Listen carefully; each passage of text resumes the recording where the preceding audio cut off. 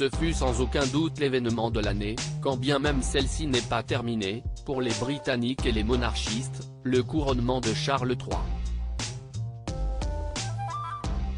La cérémonie du samedi 6 mai 2023 a captivé 14 millions de téléspectateurs britanniques au moment le plus symbolique, lorsque l'archevêque de Canterbury a placé la couronne de Saint-Édouard sur la tête du nouveau souverain. Captivant bien au-delà des frontières du Royaume-Uni et du Commonwealth, les festivités du couronnement ont été couvertes par les médias du monde entier. De ce côté-ci de la Manche, France Télévisions avait fait appel à l'un de ses visages phares qui est justement un spécialiste de l'histoire des monarchies européennes, Stéphane Bern. Invité sur le plateau de C'est à vous, sur France 5, ce mardi 27 juin, l'animateur télé-radio est revenu sur son rôle de commentateur le jour de la cérémonie pour l'édition spéciale sur France 2.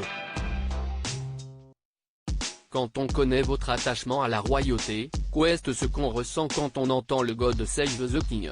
L'a alors questionné le journaliste Mohamed Bouafsi. Personnellement, honnêtement, pas grand-chose, a confessé Stéphane Bern.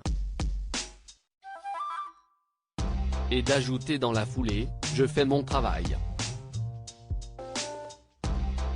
Que les fans de la firme se rassurent, ce n'est pas par désintérêt ou manque d'empathie que le présentateur de Secrets d'Histoire s'est contenté d'une réponse succincte mais parce qu'il s'est efforcé de garder un regard professionnel sur la cérémonie et donc une certaine distance. France Télévisions m'emploie pour expliquer au public et décrypter chaque phénomène, a-t-il alors argué. Couronnement de Charles III et Camilla, complicité, émotion. Retour sur les moments forts de la journée. Stéphane Bern friand de gospel. Ce n'est donc pas le Stéphane Bern passionné d'histoire et des têtes couronnées qui l'officiait ce jour-là à la télévision mais bien l'expert qui s'est évertué à dévoiler les us et coutumes de la monarchie britannique. Toutes ces cérémonies sont des rituels et ont un sens, il faut en comprendre le sens. Vous devez être comme quand vous commentez un match de foot, expliquer ce qui est en train de se passer sur le terrain, s'est-il expliqué face à l'équipe de C'est à vous. Il y a des commentateurs de foot qui laissent un peu transparaître, lui a tout de même fait remarquer Anne-Elisabeth Lemoine. Évidemment, a alors concédé l'animateur de 59 ans.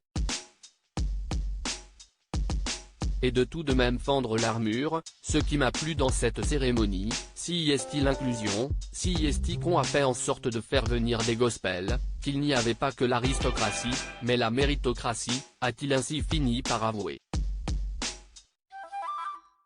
Article écrit en collaboration avec 6 médias. Crédit photo, capture d'écran France 5.